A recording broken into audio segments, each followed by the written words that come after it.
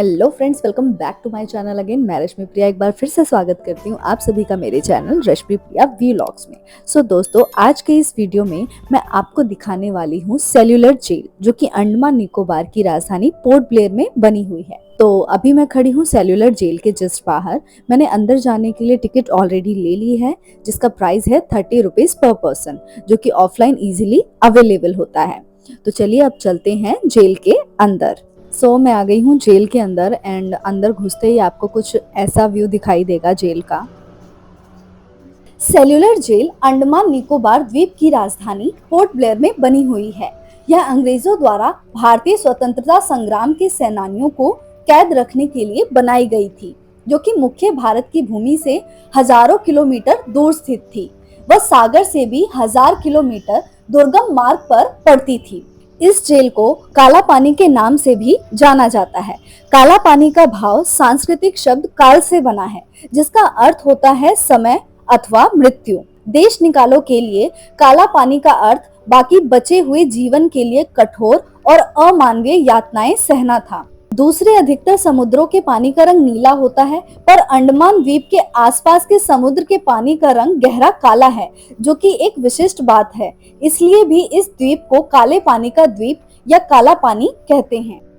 ये है फांसी घर, जहाँ पर स्वतंत्रता सेनानियों को फांसी दी जाती थी। अंग्रेजी सरकार द्वारा भारत के स्वतंत्रता सेनानियों पर किए गए अत्याचारों की मूक गवाह इस 3 मंजिला जेल की नींव 1897 में रखी गई थी, जो कि 1906 में बनकर तैयार हुई थी।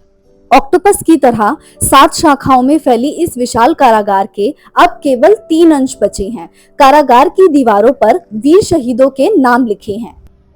इस जेल के अंदर 694 कोठरियां बनी थी और प्रत्येक कोठरी 15 बाय 8 फीट की थी। इन कोठरियों में 3 मीटर की ऊंचाई पर रोशनदान बनाए गए थे, ताकि कोई भी कैदी दूसरे कैदी से बात न कर सके। यही है वो कोठरियां जिनमें कैदियों को रखा जाता था।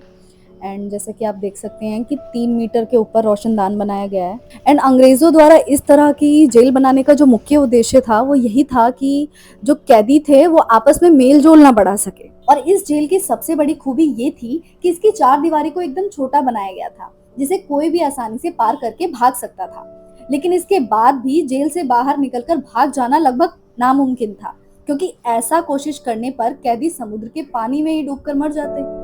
यहाँ एक संग्रहालय भी है, जहाँ उन अस्त्रों को देखा जा सकता है जिनसे स्वतंत्रता सेनानियों पर अत्याचार किए जाते थे।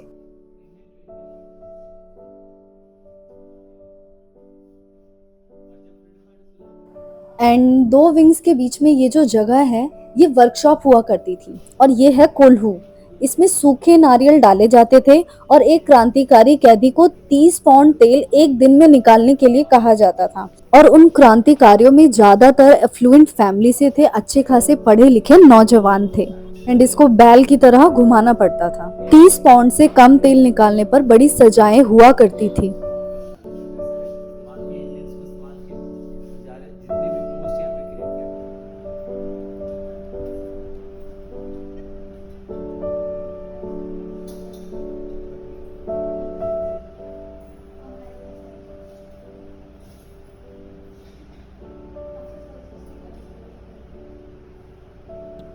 जब आप सेकंड फ्लोर पर सेल से बाहर आते हैं, तो आपको इस जगह पर कुछ बोर्ड दिखाई देंगे, जहां पर इंडिया के अलग अलग राज्यों से आए जो फ्रीडम फाइटर्स थे उनके बारे में जानकारी आपको पढ़ने को मिल जाएगी।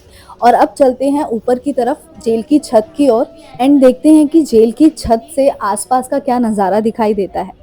एंड सेल्यूलर जेल की छत से आपको कुछ आइलैंड भी दिखाई देंगे, जैसे माउंट हैरियट, नील आइलैंड और रॉस आइलैंड। और अब बात करते हैं कि यहाँ तक पहुँचा कैसे जाए। तो सेल्यूलर जेल के लिए जो नियरेस्ट एयरपोर्ट है वो है पोर्ट ब्लेयर एयरपोर्ट।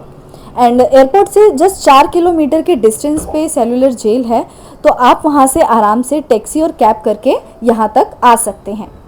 और अगर यहाँ के विजिटिंग आवर्स की बात की जाए, तो आप मंडे टू संडे सुबह 9 बजे से शाम के 5 बजे तक यहाँ पर विजिट कर सकते हैं। एंड नेशनल हॉलीडेज पर सेल्यूलर जेल बंद होता है।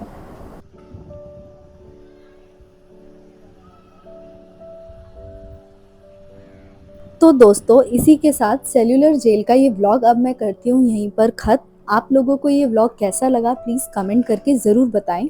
इस जगह से जुड़ी किसी भी तरह की जानकारी के लिए आप कमेंट सेक्शन में कमेंट कर सकते हैं या मेरे इंस्टाग्राम पर डीएम भी कर सकते हैं। ब्लॉग पसंद आया हो तो लाइक जरूर करें और अपने दोस्तों के साथ शेयर भी करें and don't forget to subscribe my channel. तो मिलते हैं एक नई ब्लॉग के साथ, तब तक के लिए bye bye, take care, keep watching and say Jai Hind जय भारत।